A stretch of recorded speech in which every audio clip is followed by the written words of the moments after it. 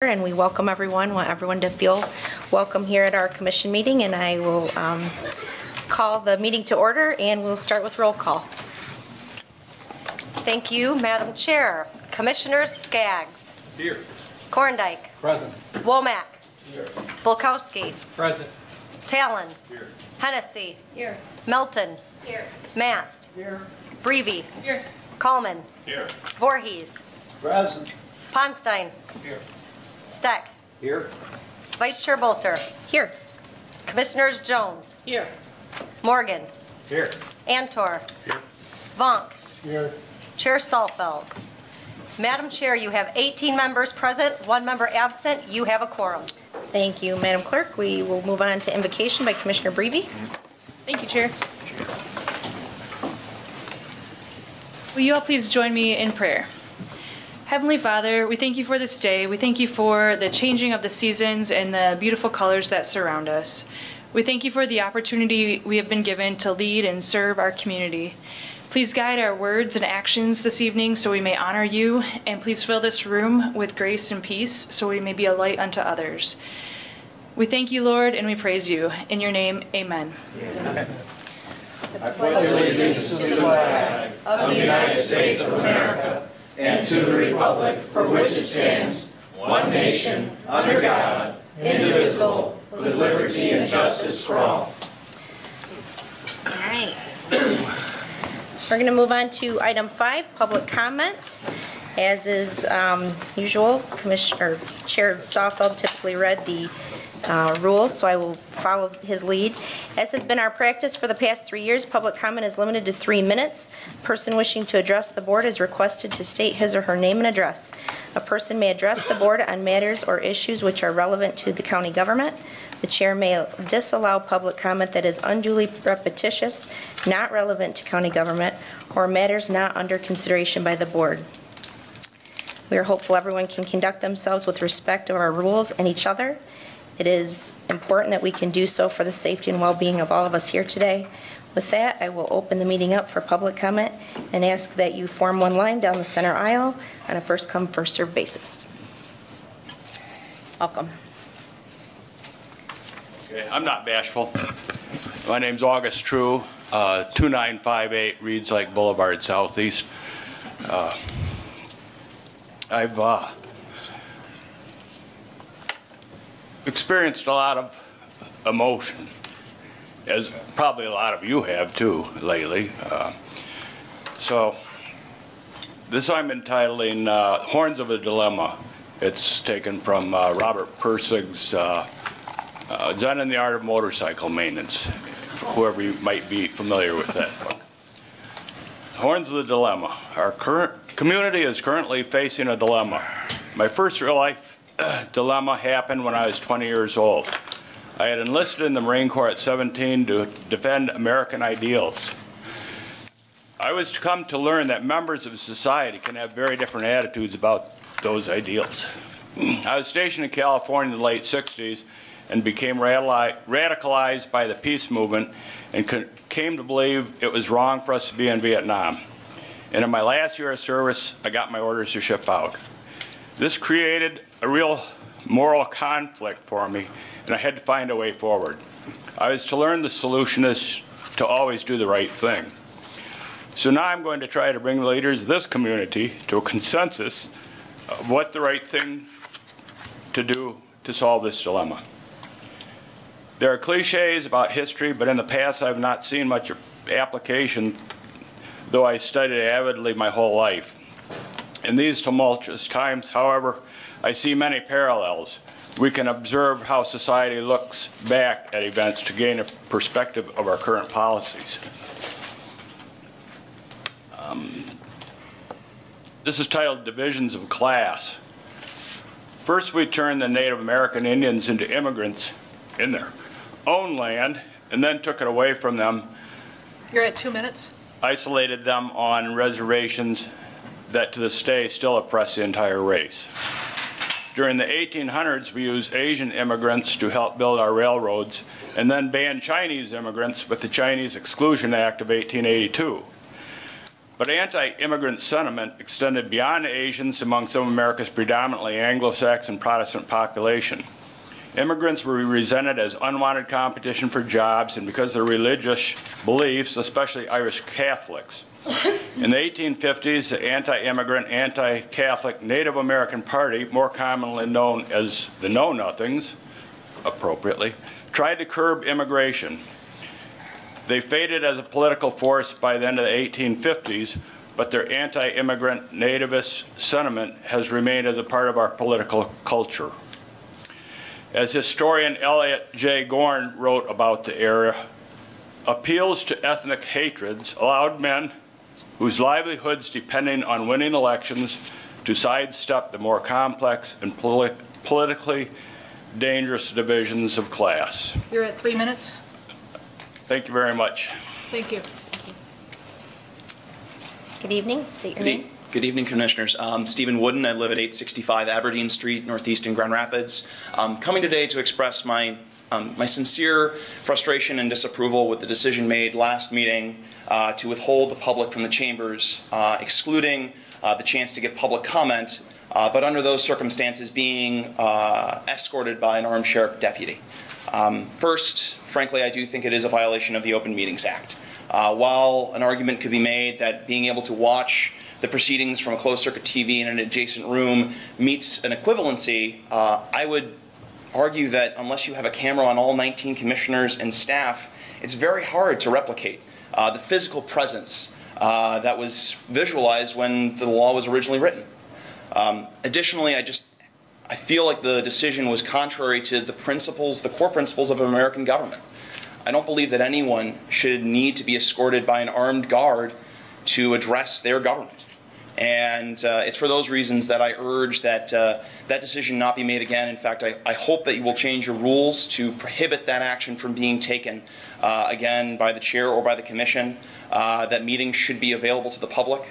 I realize disruptions have been made previously, and frankly, that's out of line as well, because there's a time to protest. That's a civil right, but not when the public's doing their business. And that is why the Open Meetings Act affords you the privilege to remove disruptive behavior from a chamber.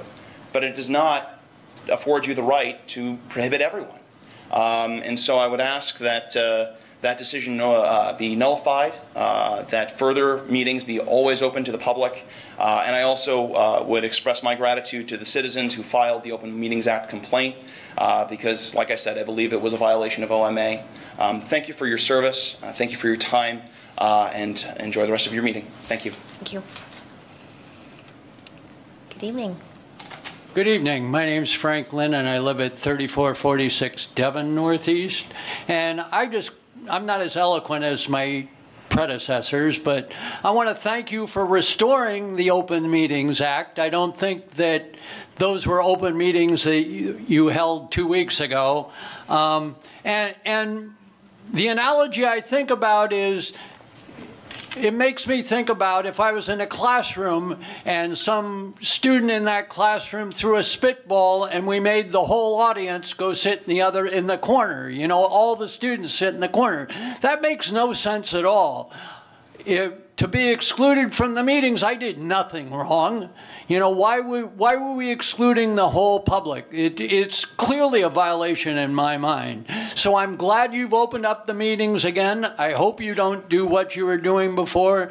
It makes no sense. You're just closing the meetings and keeping people from saying what they want to say. Thank you for your time. Thank you. Good evening. Hi, my name's Karen Myers. I'm a resident of Kent County. I understand that Commissioner Saalfeld had made this decision to close the meeting along with staff last week. I don't know if it was voted on by the entire commission. I do know that at least 2 commissioners publicly expressed their disagreement with the decision. And if this was simply Commissioner Saalfeld's decision, I haven't been in a civics class in a while, but that seems not very democratic. Indeed, closing off the public from your public meetings in this way is certainly undemocratic. It is also cowardly. Your reasoning for making these meetings even more difficult for the public to access is that we, Movimiento Cosecha, and their allies have been disrupting them. As you well know, we are not disrupting merely to disrupt. We have been coming to these meetings to try and get the commission to take action on behalf of the community that you are supposed to be serving, a community that is being terrorized here in Grand Rapids by ICE. Rather than take action, the commission has just added more barriers between themselves and the public. We have been told that we don't understand the process, that it is the sheriff who needs to take the action, that we should sit down and talk with you and the sheriff. When Cosecha sat down to talk with the sheriff and you, neither the sheriff nor one of the commissioners bothered to show up. Your actions toward the immigrant community and Movimiento Cosecha have been dismissive and disrespectful. You shut the public out of meetings. You send the police to follow us as though we are criminals during our peaceful demonstrations. But we won't stop. We will continue our actions until you do something to help the members of our community who are living under the terror of the racist, xenophobic, fascist entity that is ICE. It is untrue, and the ACLU agrees, that, as the sheriff has claimed, Kent County Jail has some obligation to house immigrants for ICE. Other county commissions and other sheriffs have ended these contracts. You can do it too. You're at 2 minutes. The only thing stopping you is cowardice. Do not continue to sit back and do nothing while members of this community live in fear, while families are ripped apart, and while children are traumatized. This committee likes to talk about doing what is legal, what the law says. It likes to talk about getting business done. Maybe what you should be talking about is doing the right thing, the ethical thing, the moral thing, and that is to do your job, which is to serve this community. And that is not just the moneyed business people, the people who have a certain skin color, the people who give you money and power. It is also the people who are the most vulnerable. Open these meetings back up and end the contract. Thank you. My name is JR. I live in Grand Rapids on Anishinaabe land. I want to echo what previous commenters have said about the accessibility of these meetings. And I would say this commission might believe it can sometimes hide from the people of this county and from ethical accountability, but history will judge all of us for how we live and how we act at this time, and none of us can hide from that. And I would ask the commission to think about that tonight, about how no one will be unseen by history. And we've been offering you the chance, the opportunity to do the smallest thing by ending this contract with ICE. I would again urge you to take that opportunity. I'm going to use the rest of my time to read from an article that was published just today, actually, by Alice Sperry for The Intercept. It's about the people who are paying the Kent County Commission and Kent County. The title is, "At Largest ICE Detention Center in the Country, Guards Called Attempted Suicides Failures." When Carlos Hidalgo was detained at the ICE Processing Center in Adelanto, California, guards would mock the detainees lined up to get their meals by imitating the calls of cows. "Moo, here are the cows walking through." Toiletries and clean clothes were in constant shortage, and sick detainees were sometimes left in their soiled clothes, he told The Intercept. Detainees worked in the center's kitchens for as little as $1 a day, or took cleaning shifts for no money but an extra ration of food. The food itself was so bad that it was sometimes infested with maggots, yet there was always too little of it, so that detainees would be forced to buy more at the center's commissary. "It's all about money," said Hidalgo, who is now free on bond.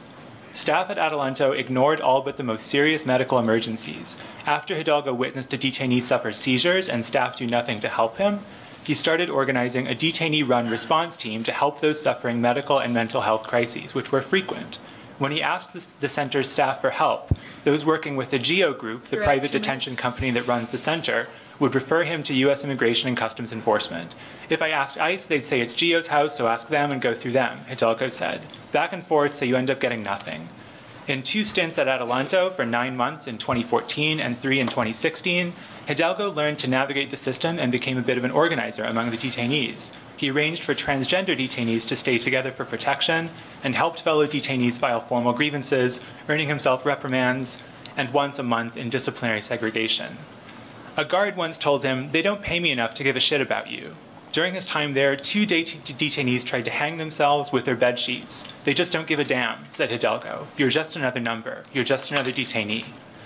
Last week, the Department of Homeland Security Office of Inspector General, which is tasked with independently monitoring the department's agencies, published a scathing report confirming some of the problems Adelanto detainees like Hidalgo have long denounced, including widespread indifference to attempted suicide. Thank you. That's 3 minutes. You should be ashamed.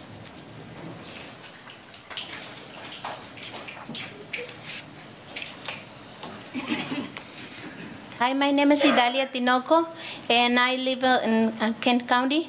I don't speak too much English, so I go to speak in Spanish, and he's going to help me. Yo soy dueña de negocio de 2 restaurantes aquí en el condado de Kent. So I'm an owner of a restaurant here in Grand Rapids on 28th Street. And yo puedo asegurar que ustedes están haciendo daño al tener ese contrato con inmigración. So I want to say to you that your involvement or your complicity with the contract is causing a lot of harm to us. Porque ustedes no saben qué son las razones de muchos inmigrantes venir a este país. And you just don't seem to understand the hardship that people who are immigrants who come to this country go through. Yo vine a este país ilegalmente. So I came to this country without documentation. Pero gracias a Dios en este momento cuento con un estatus legal bien. But thanks to God, I now have a legal status living in Grand Rapids. Gracias a eso puedo tener 2 negocios, 2 restaurantes. And because of this, I'm actually able to own 2 separate businesses in the area. So no soy un criminal. I'm not a criminal. Sino una mujer, madre soltera. So I'm a single mother. Y con ganas de venir a sacar a mis hijos adelante en este país. And I have a great desire to see my children succeed in this country. Y gracias a Dios he logrado darles una mejor vida a mis hijos. And again, thanks to God that I'm able to offer a better life for my children. Ahora que soy dueña de negocios, and right now, because I am a business owner, me doy cuenta que cuando ustedes tienen ese contrato con inmigración, it's frustrating to me that you have this current contract with ICE. That's 2 minutes. Porque cuando inmigración se lleva a un padre de familia, no es solamente un padre de familia, es también un empleado para un negocio o una empresa. So when ICE takes a family member, a parent, it's not just a parent, but they're also an employee of places like where I work or that I own. Y eso afecta económicamente a todos. Y creo a todos porque en especial a mí primero, después también al condado. And this affects us all economically, not just me, but all the people who have been affected by ICE. Y solamente por haber manejado sin una licencia que con eso tienen para poderlo reportar a migración. That's 3 minutes. Thank you. Go ahead and translate. Can I just finish that sentence? Please. And she just wanted to say that as an example, for people who don't have driver's license, that can result in arrest and detaining, and that can alter their life completely. Solo quiero poner esto en su forma de pensar que nos están haciendo mucho daño a la comunidad inmigrante. And I just wanted to communicate and put it in your heads that this current contract with ICE is doing an awful lot of harm to the immigrant community. Right. Thank you. Gracias. Thank you.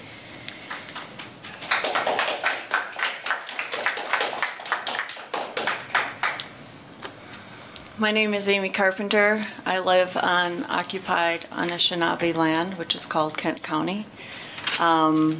You've seen me here before. I was arrested in the action on June 28th. I've worked with both Cosecha and GR Rapid Response for some time now. I, this past week, have supported the affected community in a pilgrimage from Grand Rapids to Lansing.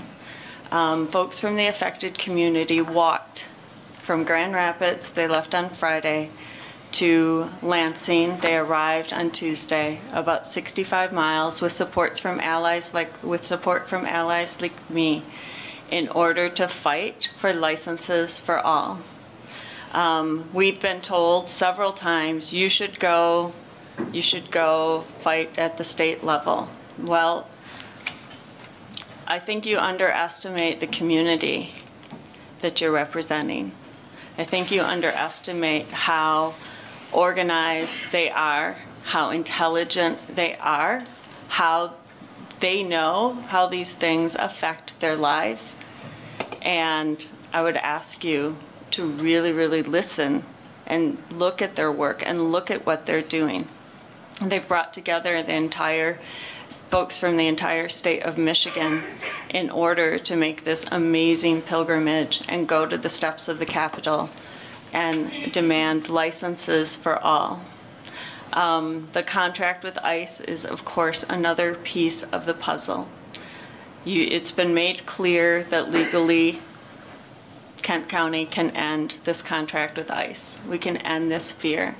Again, if you listen to the community, what folks need is for people like us who have privilege and who benefit from the work of immigrants. Every day, I ate apples today that have been picked by immigrants.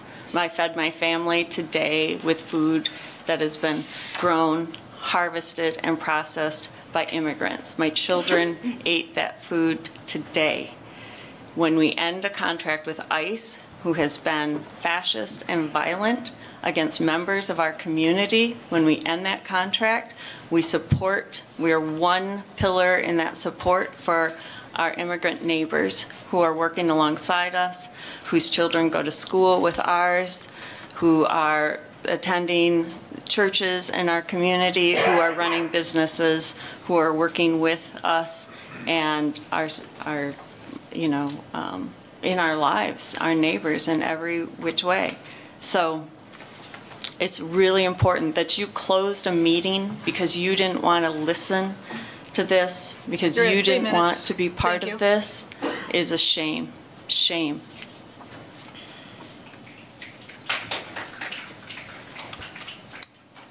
My name is Alex Kelly. I'm a resident of Kent County, which is occupied indigenous land. I'm not going to spend a lot of time repeating what's been said today, or what you've been told previously. You all are well aware at this point of the harm you're doing by not pressuring the sheriff's office with all your power to end this ICE contract. You know the harm you're doing. You know, you've heard from folks like Idalia twice. There's been plenty of examples in the media y'all have been given about what about the horrific human rights violations you were complicit in through this county having a contract through ICE. You'd rather end meetings and hide behind armed guards than do the right thing. It's not just like Karen said, that's cowardice, but it's also evidence of a great degree of callousness. I don't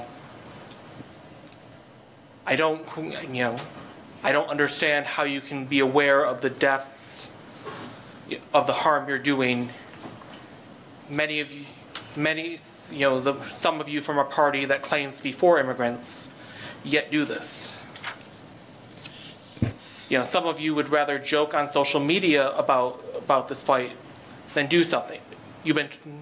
It's been explained to you multiple times by legal experts that this contract is optional. Cooperation with ICE is optional.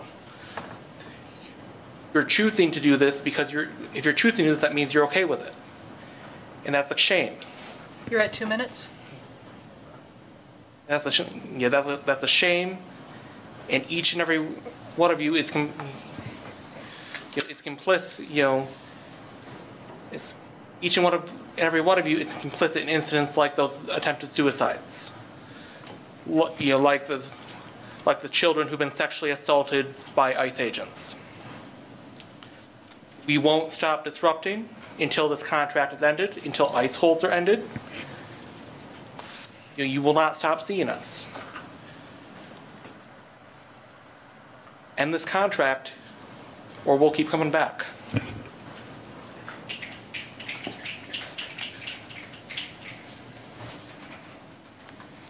Hi, I'm Sarah Doherty. You've also seen me before.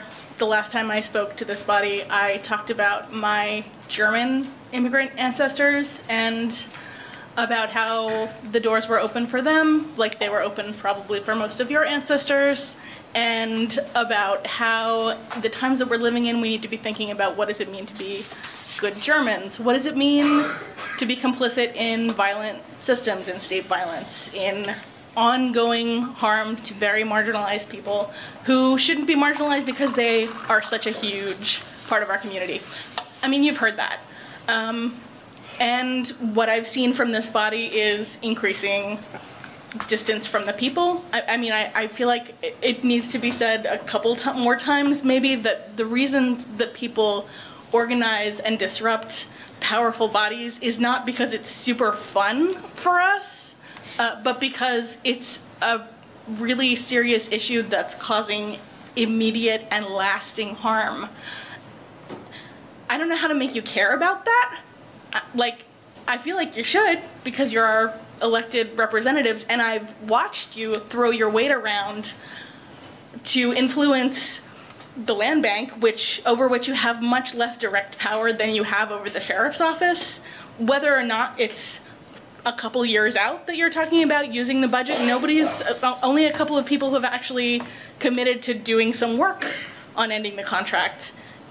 You know it's not working for the immigrant community. You know it's doing harm. You know it's optional. And what I'm mostly seeing is resistance to hearing from loud people, from rude people, but do you understand? Do you care about the fact that every time an immigrant is detained, if they're eligible for bail, it's $7,000, $8,000, and poor and working class people are pooling $5 at a time to try to get people out? You're at 2 minutes. To try to give people a chance to sort of fight their legal cases, but if you took away this one small piece of the massive machine, which is the violence of ICE, you would be helping people. You would be sending a message to your community, to your constituents, that you care about immigrants, that you care about the people who affect our lives every day. I don't know how to make you care about that, but I think you should. I think most of us think you should. I think rather than putting barriers between yourselves and the people, you should, listen, pay attention, do some action instead of wringing your hands. So I'll also say what I've seen is a shame. I'm ashamed of you. I'm ashamed to be a resident of Kent County. And my name is Sarah Doherty. Thanks for listening.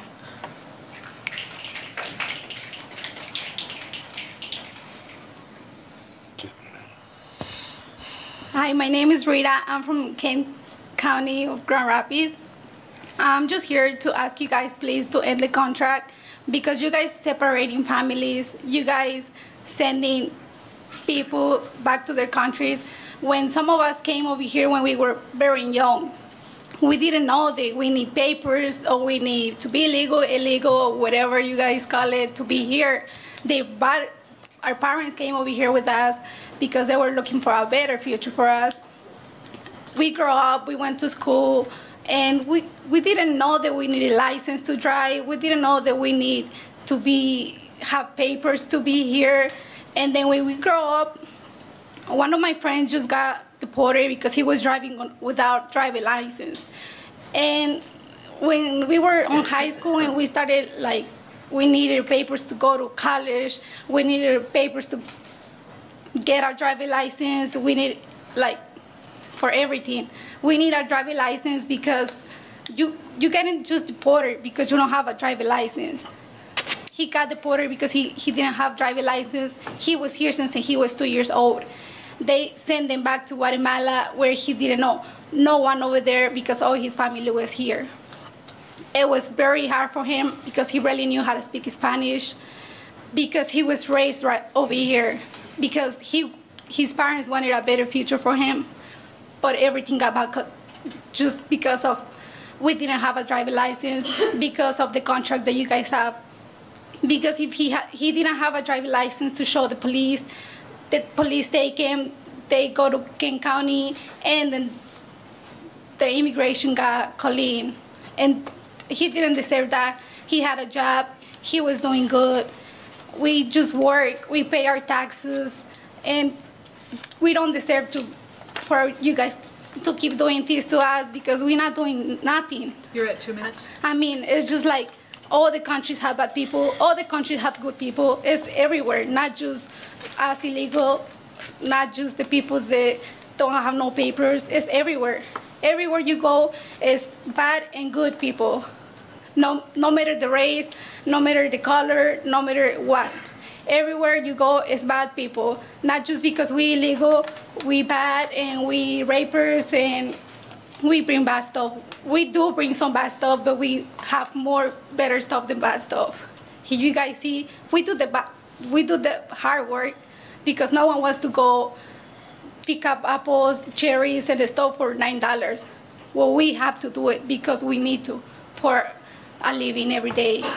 So I don't think it's just right for you guys to keep doing this to us. Just think, you guys hurting us very bad. You guys hurting our families, our kids, our neighbors, our friends, and Thank we you. were You're at not 3 even. minutes. Thank you.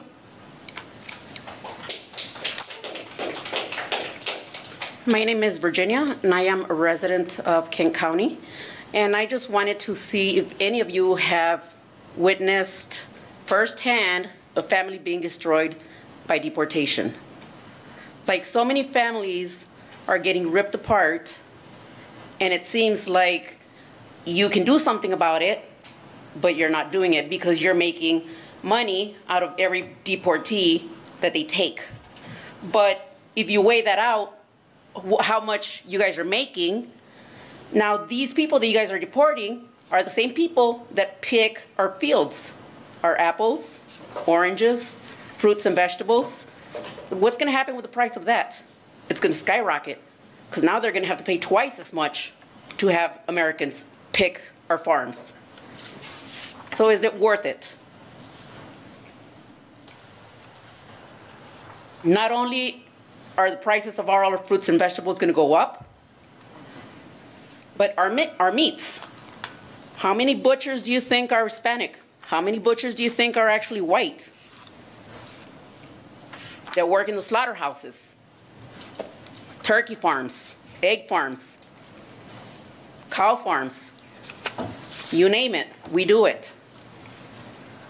Not only by this contract that is in place now, our families getting torn apart. I've seen it firsthand. I've seen where a parent gets ripped out of their home and there's a 3-year-old and a 5-year-old screaming because they don't know why their mom is being taken. When it could be so simple as it was before. You know what? If not only the driver license part of it, but this affects them even being able to get an ID. Without an ID, they can't even get water service, gas service, electric service. You're at 2 minutes. Simple things like that. They can't even insure their own vehicles. They have to buy vehicles and place them under somebody else's name. We don't want a ghost in Kent County. If everybody's able to get IDs, driver license, at least if you're going to look for somebody, you know where to find them. But if there's no type of identification on them, how in the world are you ever going to find them? I think ending the contract benefits everybody. That's it.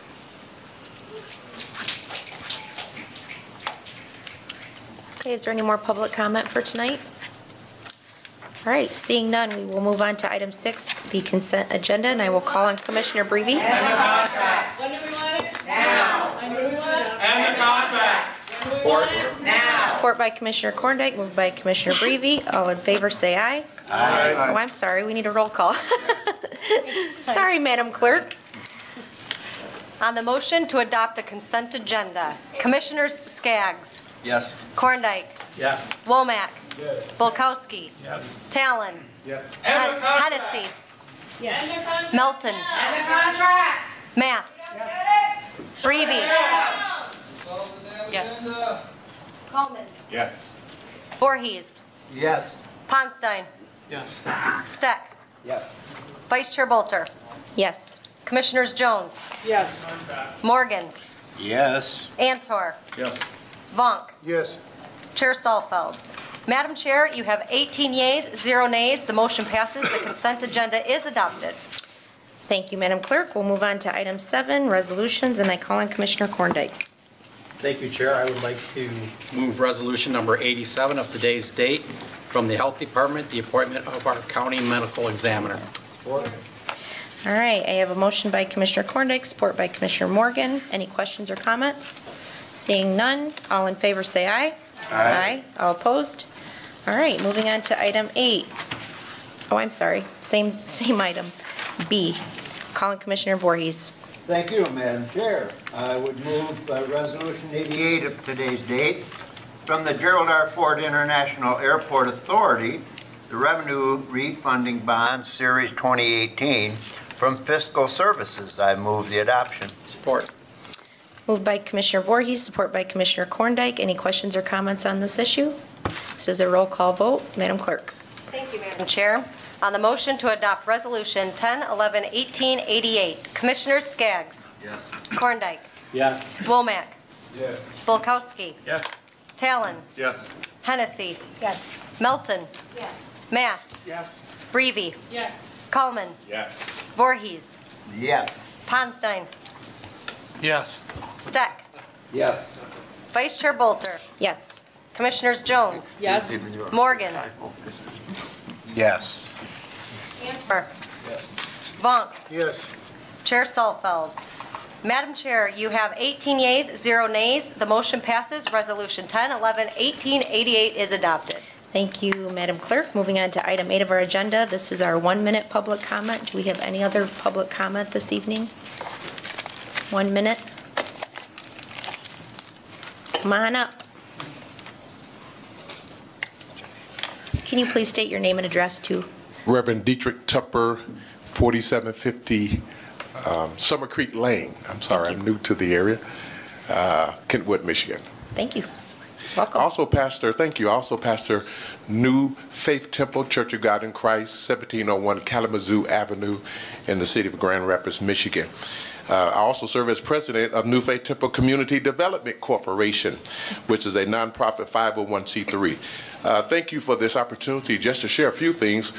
We have a wonderful opportunity. I've been working in government for 33 years, retired, just pastoring a church here in the city of Grand Rapids. And we have a partnership with DTE Energy. We just solidified and had a wonderful event where we had minority women-owned businesses, minority-owned businesses, small business owners to come to do opportunity to do business with DTE Energy. They have set aside $1 billion a year. And they've earmarked money to do business with small business owners. Unfortunately, that event was not full.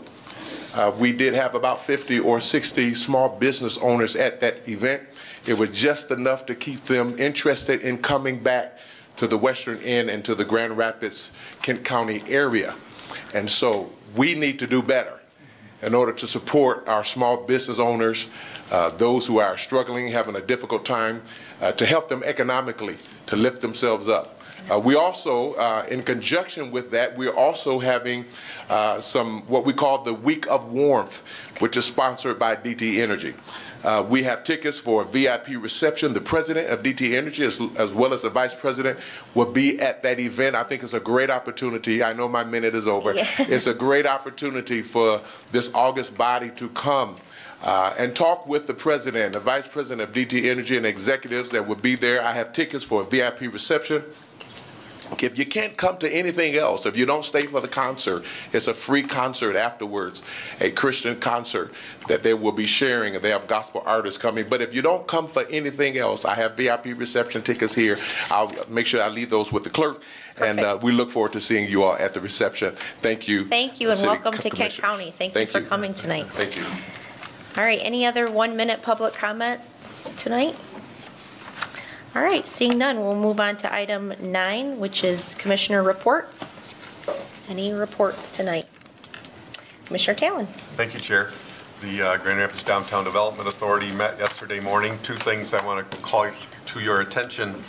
One is partial funding of an analysis of Ottawa and Ionia avenues downtown, looking at what should happen to those streets to make them more pedestrian-friendly, to activate them, the spaces alongside of them, and one of the options that is mentioned in that context is changing them into two-way streets. So a firm's going to be hired to take a look at that and explore a lot of those options for those two avenues. The other thing is partial funding for redesign of the Van Andel Arena Plaza, that area between the arena and Fulton Street, which is pretty barren right now.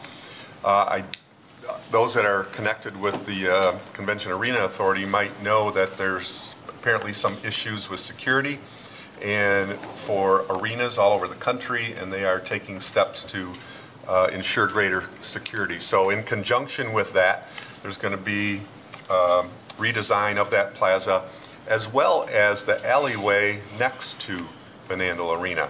A lot of potential for better use of that space. So two projects I thought you would find interesting. Thanks. Thank you, Commissioner Talon. Commissioner Kornick?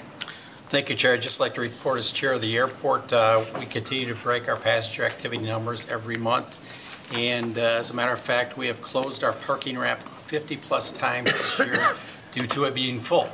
So we have a plan now to open an east lot that we're starting to work on. It won't be covered because we have those restrictions with air traffic control tower, but it will offer the opportunity for patrons to have other options to park at our airport close into the airport. Also like to thank my colleagues tonight for passing the resolution to refund the bonds, allowing us to save a substantial amount of money to use for other purposes out at our airport. Thank you. Thank you, Commissioner Kornick. Commissioner Steck? Thank you, Chair. First, I want to report a little bit about the Senior Millage Allocation Committee that a number of us were able to enjoy this past week. I will preface it by saying that I cannot report that our numbers are up the way they are at the airport. But I think that we had a very enjoyable time nonetheless. It's a lot of work, it's hard work, it goes all day long for day after day after day.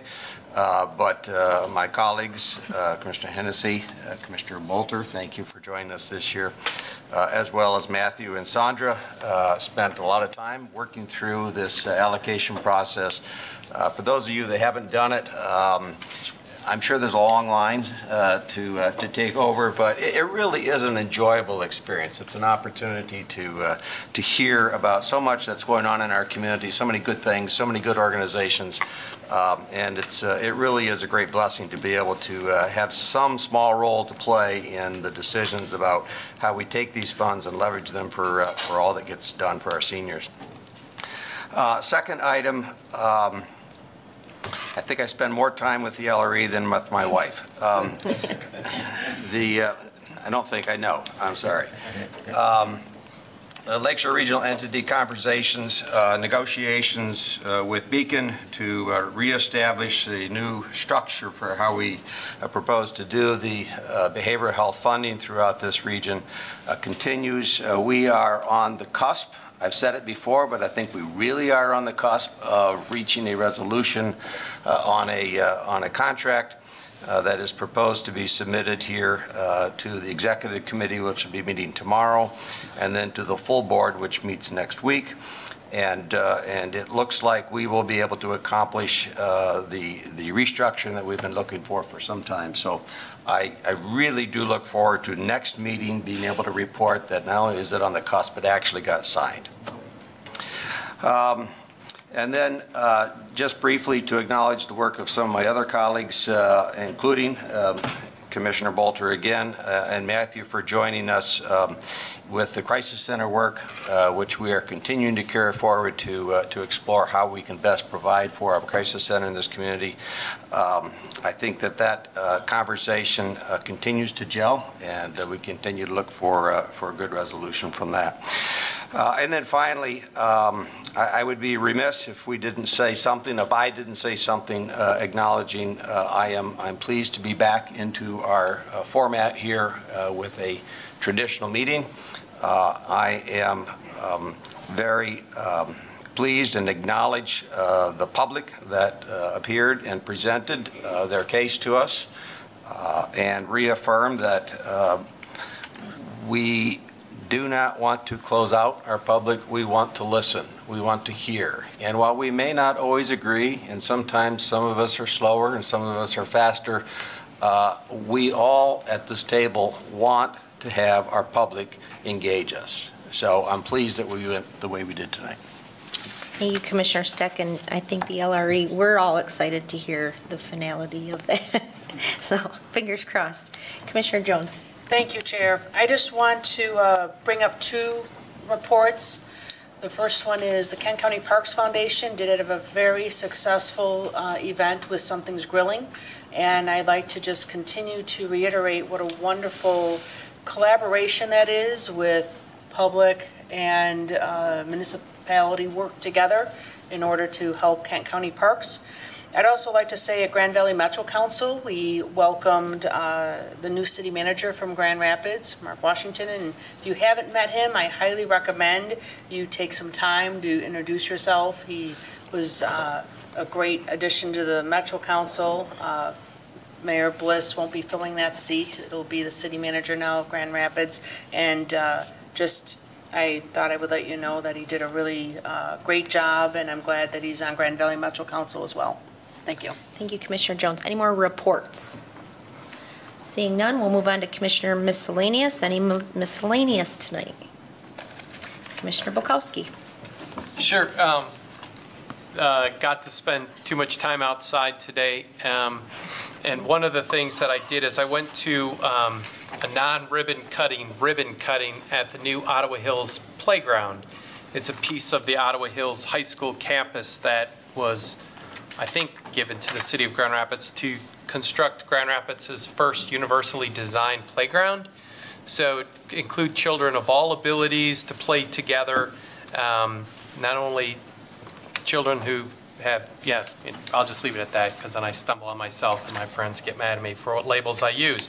But of course the cool thing about Grand Rapids is we're finally catching up to our friends in Wyoming because they've had Frogs Hollow for over a decade at the Metropolitan Hospital campus, fully universal design splash pad at Lamar Park. So thank you for Wyoming for your leadership there, and I'm glad our friends next door are catching up. At that cold time outside though, I had the opportunity to talk with somebody who is a counselor for children who are separated from their families at the border. Part of the controversy is that some of these children have made their way to Grand Rapids, and this person is, again, I mean, just the anguish that he as a counselor has with working with these children. You know, what is our role in this? We have to do something, and I'm going to keep asking the chair and Wayman and with the sheriff, soon to be new sheriff, to put together a task force. I mean, we've now spent 3.5 months not doing that. That's how this body works at its best.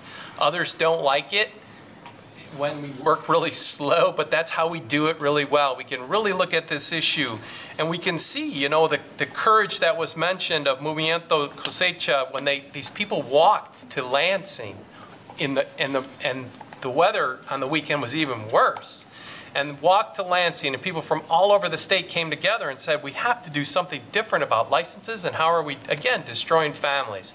So what's really happening, what's not happening, what should be part of our legislative priorities at a state and federal level?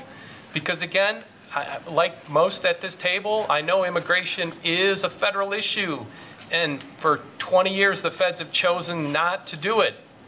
Administrations of both political parties or both major parties have messed it up and continue to do nothing. So what can we do? I think we can take some time to really study it and make the recommendations that we need to do. So I'm going to keep asking for that because, again, I know we do that the best when we do that as a county commission. So I'll leave it at that. Thank you, Commissioner Volkowski. Commissioner Ponstein. Thank you, Chair Bolter. I just want to acknowledge a few people. A couple weeks ago, I got a request from NACO to get some input about solid waste problems that counties are having across the nation. I want to thank Dar Williams for filling that out. I'm not an expert in solid waste. I've always said if I knew everything that was going on in this county, there's not enough going on. But I was on a conference call today with a NACO lobbyist, and one of the things that the EPA has highlighted out of this report, and once it's issued, I'll make sure everyone gets one, is that a lot of counties like ours are having recycling problems. We've all got these mandates and percentages that we're trying to work towards, but now with China closing off the recycling markets, a lot of this recycling stuff is just sitting, and that's starting to be a growing problem. So I just wanted to thank the Public Works Department for doing that on my behalf. Also, this past weekend, I ran into members of our health department. They're always not probably the person that people want to see, but I called them and said that it's really appreciative to come to an event, not just to say, no, you're doing something wrong, no, you can't cook, no, you have to leave, but they're there more for education and promoting the safety of the food that's going to be at that event. I appreciate the professionalism of the staff.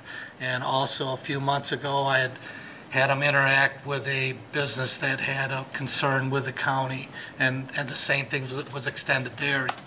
The health department isn't there to be your enemy. They're there to try to get a win-win resolution to any problem out there, because at the end of the day, it's public health and public safety is their main focus, and they do a great job there, and I just want to appreciate the staff top to bottom over there.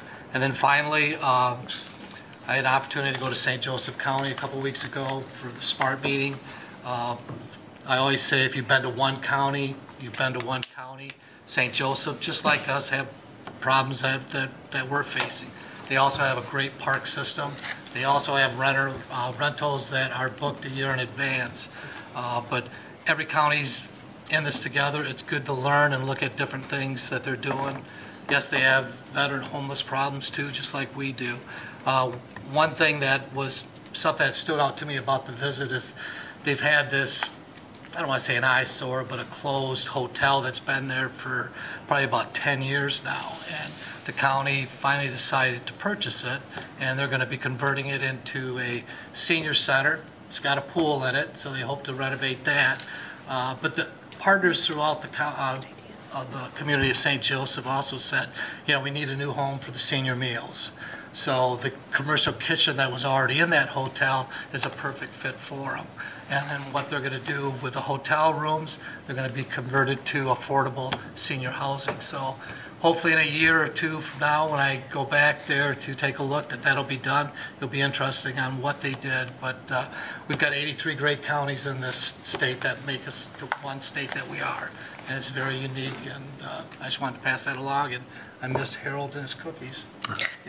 Thanks, Commissioner Ponstein. Commissioner Skaggs? Thank you, Chair. Just want to echo Commissioner Steck and express my relief at the format for this evening's meeting, which I think is obviously clearly follows the Open Meetings Act and clearly demonstrated what I think is the best in us to make sure that we are always open to the public, always listening to the public, and really not shutting them out. I want to thank everyone who came, both those that are still here and those that have left. I appreciate hearing from you. I think we all do. And especially for many of you, these were very thoughtful comments. I think important for us to hear. I'm just a rookie commissioner, but I understand that these sorts of activities that have been going on and disruptions that have been going on are something that we're not used to at the county level. But I just want to express that I think that when we work collaboratively, we work best to find solutions that make sure that this county is running effectively and that it is fully open to the public that we serve. Thanks, Chair. Thank you. Commissioner Jones. Thank you, Chair. As Chair of the Finance Committee, I just wanted to remind everyone that we do have a work session. We asked after the last work session ended if there were any additional questions to get those in. One commissioner submitted some additional questions, but we will still have our work session, but we'd really like to focus on any additional questions, and if you can get those ahead of time, that helps staff prepare and that helps the meeting be more time effective and efficient. So please, if you have any questions, to get those in, and then we can review those on Tuesday during the work session. So that was the piece that and again, everyone is welcome to that. It's open to the public, 7:30 in the morning, right here in this room. And that will be the final work session prior to us looking at the approval for the budget in November. So, thank you. Commissioner Melton. First of all, I didn't know this before. I would like to thank Mr. Troe for your service to our country. That is something that is near and dear to me, and I do not take that lightly, so thank you very much. It is not possible for me personally to sit and listen to the stories and angst that I hear out of so many of our community members who have been here month after month after month. And so I, again, am asking please to the board chair and the administrator to look into a team or a task force so that we can better support our immigrant citizens and those who have reached out to us as their elected officials.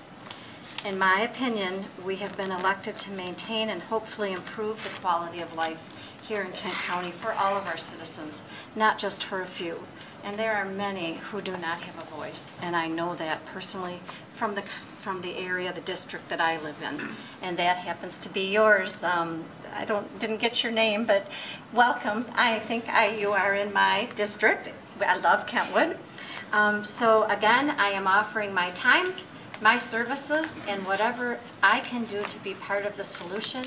But I agree with Mr. Bilkowski, Commissioner Bilkowski. We can no longer just sit back and not listen, or at least show that we are hearing what is happening. We may not have a solution that is going to be perfect for everybody, but to continue to have this be such a large issue with nothing being done or very little being done is very difficult for me.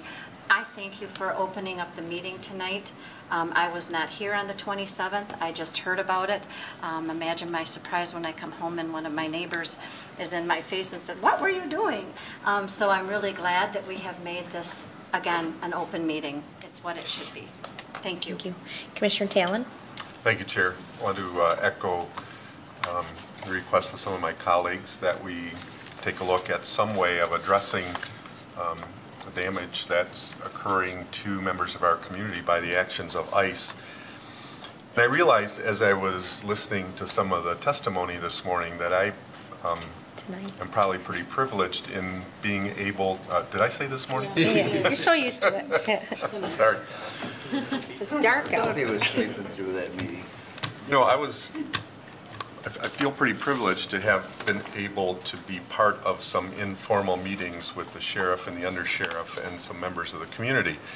And I'm recognizing when I hear these stories that I've been able to hear many more of those stories through that process, something that not everyone has. And I want to commit to you that I will put something together, some sort of a summary of what happened in those informal meetings, what my takeaways were. It was incredibly helpful to me, and I think I've heard from the sheriff and the undersheriff as well that those meetings were pretty profound.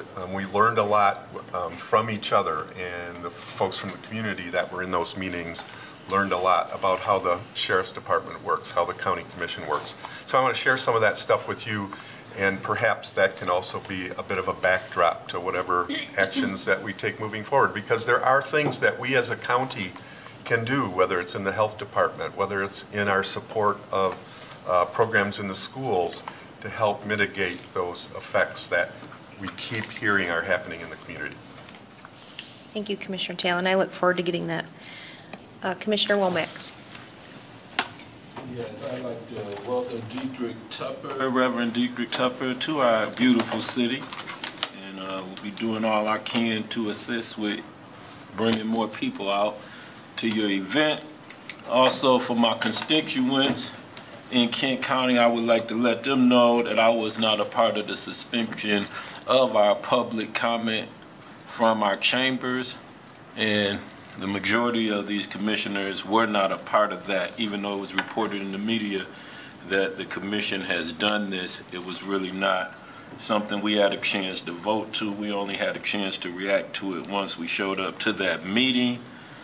I also think that the time has come for us to write up a resolution recommending to the Sheriff's Department to end the ICE contract and have it voted upon so we can go on record finally to see what each commissioner thinks and represent your constituents on this matter. It's to the point now that a task force has been asked for, which isn't a bad idea, but at the same time, everyone at this table knows what it is. We've had a number of meetings. Some were disrupted, but even through the disruptions, we had a chance to hear from a lot of citizens who gave their heartfelt testimony to how they feel that ICE is terrorizing a community. And when it comes to Kent County's public health, we also look at mental health. So when you hear citizens speaking about feeling terrorized, then we're even talking about the future mental stability of some of our citizens. And one of the citizens asked, do you know anyone personally that has been escorted out of this country? I don't want to paraphrase her exact words, but I do know somebody, and I do know a family that was ruined because of a Hispanic friend I had here, met here, and I didn't know he was an illegal alien, but he stayed here good 13, 14 years, maybe 15, and during that time, he had children here. And then one day, we heard some rumors ICE was coming to the Hispanic community along the Granville area, and I noticed how things changed up. People don't know my radio station was at 1301 Chicago Drive, which runs right into Granville and is a heavily Hispanic community. And when that ICE raid started to happen, at first he wasn't someone who got picked up, but in the next month when we least expected it, he ended up getting picked up and he left the country. So I still run into his kids here. So I've seen how families are split up, but also understand the other side when they talk about the immigration laws that we have, that we can't let everybody come to America. But at the same time, I have friends in Denmark. I spent time in Europe. I've had friends in Germany. I've seen my German friends and friends from Denmark. I was known for coming up with the term crazy Krolins. I see when they come to America, it doesn't seem to be as much red tape for them. So I would hope that we would be able to write up a resolution. I'm going to start writing up one. I don't know how I'm going to get support to bring it to a vote, but I'm going to be looking for that support. And that way we can either get this thing done, either it's going to be a recommendation we give the sheriff, and then the sheriff can decide what they want to do. As other counties has already did this in Kalamazoo, the citizens were exactly right. Resolution came from the county commission, and the sheriff ended up opting out of that ICE contract. I'm not saying that's what's going to happen here, but I would like to see it voted upon so that we can go historically on record during this dark side morally of American history, even though we're on a very bright side of American history with the upswing of job creation, economic achievement, jobs. Unemployment hasn't been lower since 1969, but still in America, there are some who are stingy with the blessings we've been given. And we are looking into areas that a lot of us don't even come across in our lifetime. But we hear about people who are picking apples. We hear about people who are living under the radar, and we're upset that's too much for them. I think that's a shame, and I would look for that resolution to be voted upon. Thank you, Commissioner Womack. Commissioner Hennessy. Not to belabor our continuing miscellaneous comments, but I would like to support Commissioner Bolkowski's call for a task force and to continue to relook at what our legislative priorities are. We look at them once a year, but perhaps along the way they need to be updated as well. I also appreciate the sincerity and the variety of the public comments today. And, really, we do hear what is being said to us. And earlier this week, I've never known anybody whose family has been disrupted by what we've done. I've not personally known anybody. But this week, I had the privilege of working with a young mom-to-be expecting her first child who was a recent immigrant here. And I really hope for her and her future and the future of her child. Thank you, Commissioner Hennessy. Commissioner Kornick. Thank you, Chair. First, I'd like to thank you and Administrator Britt for bringing our meeting back to the normal way. I really appreciate that. I had a problem when that happened a couple of weeks ago. I talked about it immediately, and thank you for fixing that and bringing our meetings back to the normalcy that we all expect. On a lighter note, well, actually a more important note, for those of you who weren't at our Legislative and Human Resources meeting this past Tuesday, we had an update from Matthew Van Zetten in regards to our Veterans Affairs. We have a lot of great stuff happening with our veterans right now. We started talking about this probably in 2011 or 12, how we need to focus more on our veterans. And what we have done in the last 6 years has been amazing. One of the amazing accomplishments is we have ended veteran homelessness in Kent County. How phenomenal is that? Mm-hmm. That's something that everyone in this room ought to be proud of. And we need to continue down that path and do as much as we can for our veterans on a continuing basis. And I look forward to that work with Matthew and Wayman and other commissioners, Commissioner Vonk, Commissioner Antor, who are big supporters of veterans. Thank you. Thank you, Commissioner Kornick. Commissioner Steck. Thank you, Chair. So I don't make it a practice of unabashedly acknowledging the accomplishments of my family very often, and certainly not my brother from a different political party, but I do have to acknowledge my brother Doug for the work that he has undertaken in order to accomplish a grant for lead abatement for the city of Grand Rapids of $1.5 million. I know how much work it is to continue to drive that pressure to get those kinds of funds. So Doug, well done. We'll talk about your party selection later. Thank you, Commissioner Steck. Any more Commissioner Miscellaneous before the evening's over? I just have two comments. I want to first really acknowledge our Kent County staff for all the work they've been putting in, Administrator Britt and Linda and Sandra and Matthew, and it is just incredible to me when you see the breadth of issues that they're having to deal with, and kind of we're in some tough political times. I call this time in the election season silly season. Sometimes it's not so silly, but I just really want to acknowledge all their hard work. And I also want to encourage us all to assume positive intent in each other. And I respect every last one of you on this commission, and just want to always assume we're all assuming positive intent in each other. So with that, we are adjourned. Oh, I'm sorry. I've been really striking out on these motions tonight. I'm so excited about positive intent. Can I get a motion for adjournment? Thank you, Commissioner Breeve. We are adjourned.